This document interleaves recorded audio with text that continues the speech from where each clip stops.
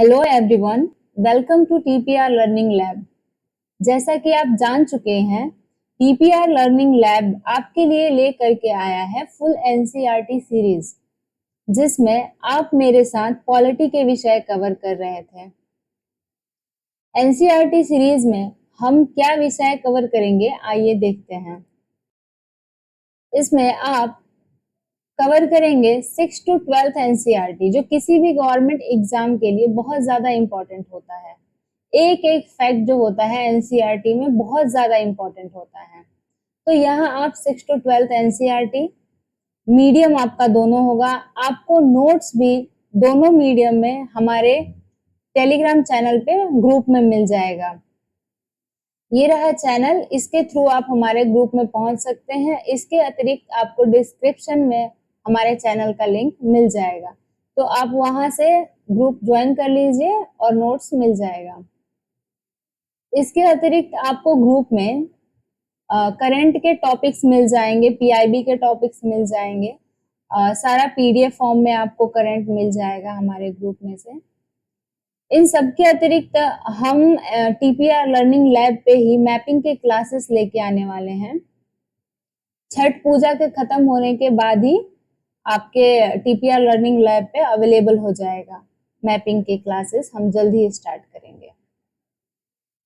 आइए मेरे साथ जो आप विषय कवर कर रहे थे उसके बारे में देखते हैं। उसमें आपने आगे के 5 चैप्टर कवर कर लिया है 6th क्लास का, जिसमें हमने बहुत विस्तार से समझा है हर चैप्टर को। तो इस चैप्टर को समझने से पहले आप पहले के 5 चैप्टर जाकर के देख लीजिए, फिर आप इस चैप्टर को अच्छे से कनेक्ट कर पाएंगे। आइए छठे चैप्टर को देखते हैं कि क्या है। 6th चैप्टर का नाम है गांव का प्रशासन, रूरल एडमिनिस्ट्रेशन। गांव का जो प्रशासन है उसमें हम किन 2 टॉपिक्स को कवर करेंगे। यहाँ सिर्फ 2 ही इंपॉर्टेंट टॉपिक है हमारा, जिसमें हम पहला टॉपिक कवर करेंगे स्थानीय स्तर पे जो है वो प्रशासन की जरूरत ही क्यों है। प्रशासन की जरूरत ही क्यों है।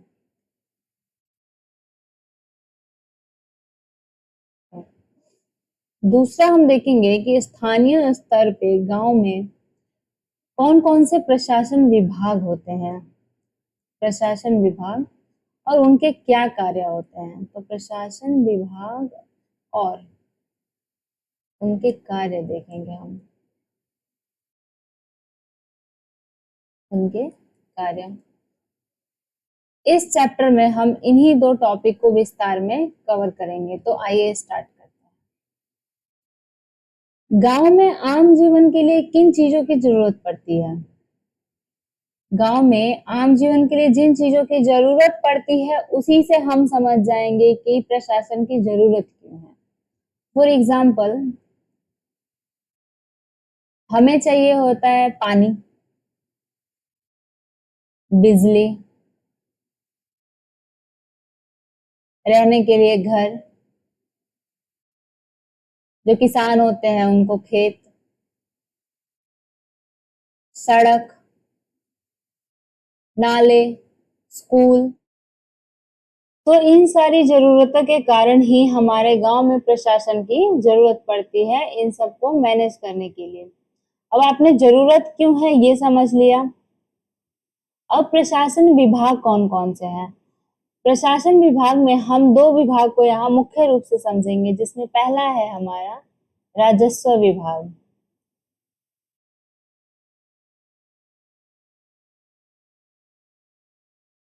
Revenue department of government, revenue department of government.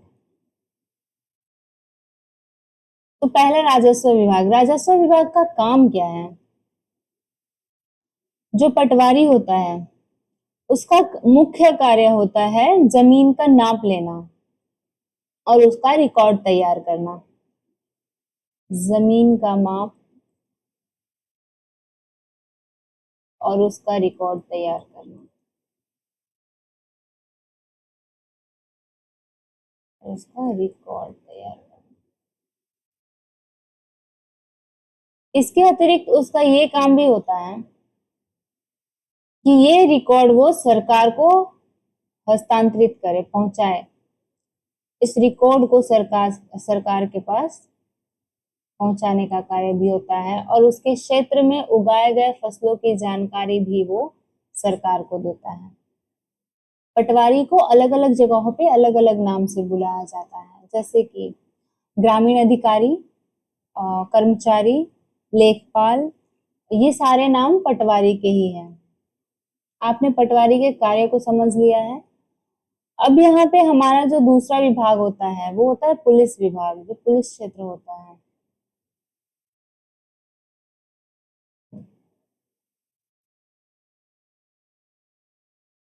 Police क्षेत्र का कार्य आप अच्छे से समझते हैं कि कहीं पे भी कोई विवाद हो गया, उसको सुलझाने के लिए पुलिस की सहायता ली जाती है। कहीं पे कोई विद्रोह हो गया, कहीं पे अशांति आ गई, तो इस प्रकार पुलिस क्षेत्र में पुलिस की भूमिका होती है। पुलिस का अपना एक अलग अलग क्षेत्र होता है, जिसका जिस क्षेत्र का पूरा भार उस क्षेत्र की पुलिस पे होता है। अलग अलग क्षेत्रों में बटा होता है पुलिस, वो अपने अपने क्षेत्र का कार्य संभालता है। आइए इसको पीडीएफ के थ्रू भी देख लेते हैं। यहाँ पे वही चीजें लिखी हुई है, ये जरूरतें हैं। गांव का प्रशासनिक ढांचा इसलिए जरूरी हो जाता है। यहाँ पर मोहन और एक रघु नाम का लड़का होता है। उनके एग्जाम्पल के थ्रू इस पटवारी के कार्य को समझाने का कोशिश किया गया है, जिसमें उनकी कहानी लिखी हुई है। तो आपको इसको पढ़ने की जरूरत नहीं है, आपको बस पटवारी का कार्य याद रखना है। आपका जमीन का जो रिकॉर्ड होता है, यहाँ पे मोहन एवं रघु क्या करते हैं कि आपस में एक दूसरे के खेत जो होते हैं उसके लिए लड़ाई कर लेते हैं। इनका खेत अगल बगल में होता है और बीच में जो मेड़ होता है, जो बाउंड्री होता है, वो एक अपने बाउंड्री को बढ़ा लेता है खेत में और अपना खेत बढ़ा लेता है। तो उसके खिलाफ ही जो मोहन होता है वो शिकायत करता है। तब इसकी झगड़ा कैसे सुलझेगी? आपके जमीन का जो रिकॉर्ड होगा पटवारी के पास, उससे ही सुलझेगी। तो इसीलिए जमीन का जो रिकॉर्ड है वो आपके पास नकल होना जरूरी है और आपको नकल प्राप्त करने का पूरा हक है। तो जमीन की नकल आपके पास जरूर होनी चाहिए। तो यहाँ पे उसी एग्जाम्पल को दिया हुआ है विस्तार में। पुलिस को हमने समझ लिया है कि उसका अपना अपना अलग क्षेत्र होता है, जिसमें इन घटनाओं के ऊपर वो नियंत्रण रखता है, चोरी, दुर्घटना, मारपीट, झगड़ा इत्यादि। यहाँ पे उसी को कंटिन्यू किया गया है, मोहन और रघु के झगड़े को, कि वो पुलिस थाने जाके रिपोर्ट कराता है। यहाँ हमने राजस्व विभाग का काम समझ लिया है, रेवेन्यू डिपार्टमेंट ऑफ गवर्नमेंट। अभिलेख यानी कि रिकॉर्ड रखना होता है, किसका? जमीन का। कौन रखता है? पटवारी। जमीन को नापना और रिकॉर्ड रखना उसका मुख्य काम होता है। ये अलग अलग नाम होते हैं उसके, ठीक है। यहाँ पे पटवारी शब्द इस्तेमाल हुआ है, बाकी जगह आप ये लेखपाल, कर्मचारी, ग्रामीण अधिकारी इत्यादि नामों से भी जाना जाता है। पटवारी के ये जमीन नापने के अतिरिक्त जो हमने कार्य देखे थे, उसमें हमने देखे थे कि अपने फसलों की जानकारी सरकार को देना, रिकॉर्ड तैयार करना, और इसके अतिरिक्त वो भूमि कर भी इकट्ठा करता है। लैंड रिवेन्यू भी पटवारी इकट्ठा करता है। आमतौर पर भूमि मापने के लिए पटवारी अलग अलग तरीके का उपयोग करता है। यहाँ पे एक लंबी लोहे की जंजीर का इस्तेमाल किया गया है, जिसको जरीब कहते हैं, जरीब, जिससे भूमि मापन किया जाता है। यहाँ पर एक एग्जाम्पल दिया गया है कि पटवारी जो है किस प्रकार से भूमि का माप लेकर के एक कॉलम और रो के थ्रू रिकॉर्ड तैयार करता है। इसके बाद हम देखेंगे कि जो पटवारी का कार्य है वो तो हमने देख लिया। अब पटवारी के ऊपर जो होता है स्थानीय स्तर पे, वो पटवारी के कार्य का निरीक्षण करता है। वो कौन करता है? तो पटवारी के कार्यों का निरीक्षण जो है वो तहसीलदार करता है, तहसीलदार करता है, जिसको हम रेवेन्यू ऑफिसर भी बोलते हैं। आइए इसको यहाँ समझ लेते हैं। देखिए सबसे ऊपर होता है देश, ठीक है। देश के बाद होता है राज्य, राज्य के बाद होता है जिला, कंट्री, स्टेट, डिस्ट्रिक्ट, इसके बाद होता है तालुका। मीन्स कि बहुत सारे तालुका जो होते हैं वो एक जिले के अंतर्गत आते हैं, जिसको हम तहसील भी बोलते हैं।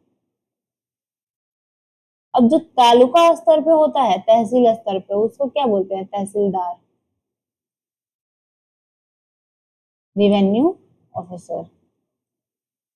और जो जिला के स्तर पर होता है वो होता है जिला अधिकारी, डिस्ट्रिक्ट मजिस्ट्रेट होता है ना, जिला अधिकारी, डिस्ट्रिक्ट मजिस्ट्रेट। जो पटवारी का काम होता है उनके कार्यों का निरीक्षण कौन करता है? तहसीलदार। ढंग से रिकॉर्ड तैयार हुआ है या नहीं, या कोई भेदभाव तो नहीं हुआ है, इन सारी चीजों का जो देख रेख करता है वो करता है तहसीलदार। तहसीलदार इसके अतिरिक्त जाति प्रमाण पत्र भी जारी करता है। अगर आपने कभी भी कास्ट सर्टिफिकेट बनवाया है तो आप देखते हैं कि सबसे पहले आप रेवेन्यू ऑफिसर लेवल के स्तर का ही कास्ट सर्टिफिकेट अप्लाई करते हैं, उसके बाद आप उसके ऊपर के लेवल पे डीएम लेवल पे भी अप्लाई कर सकते हैं, पर सबसे पहले आपको रेवेन्यू ऑफिसर लेवल पे करना होता है। तो ये कार्य तहसीलदार करता है। और जमीन से जुड़े जितने मामले होते हैं पटवारी के थ्रू तैयार होते हैं, उन सभी को तहसीलदार देखता है। और जो तहसीलदार होता है, रेवेन्यू ऑफिसर, उसके ऑफिस में जमीन से जुड़े सारे मामलों का विवाद सुना जाता है। यहाँ पे एक कानून के थ्रू एग्जाम्पल दिया गया है कि एक माँ होती है, इसका पति नहीं होता है, तो इसके जो दो बेटियां होती हैं, एक बेटा होता है, तो पहले कानून के अनुसार जमीन का हक सिर्फ बेटों को होता है, परंतु इस कानून के थ्रू उनको जमीन का हक जो है बेटियों को भी मिला, तो बेटा और बेटी दोनों को माता पिता की जमीन में बराबर का हक होता है। यही समझाया गया है यहाँ पे। यहाँ पर उसी एग्जाम्पल को कहानी के थ्रू समझाया गया है, जिसे आपको पढ़ने की जरूरत नहीं है। इस चैप्टर में दो ही तीन कॉन्सेप्ट था जिसे हमें समझना था, और हमने बहुत अच्छे से विस्तार से समझ लिया है। इसके अतिरिक्त यहाँ पे अभ्यास के क्वेश्चंस दिए गए हैं, जिसको आप चाहे तो लगा सकते हैं, चाहे तो स्किप कर सकते हैं। हमने जो कॉन्सेप्ट समझे हैं वो सारे इनफ है हमारे एग्जाम्स के लिए। इसके अतिरिक्त आपका कोई भी क्वेश्चन है तो हमें कमेंट सेक्शन में छोड़ दीजिए। हम नेक्स्ट वीडियो में उन सारे क्वेश्चंस को अच्छे से कवर कर लेंगे आंसर के साथ। तो मिलते हैं नेक्स्ट वीडियो में, तब तक के लिए धन्यवाद।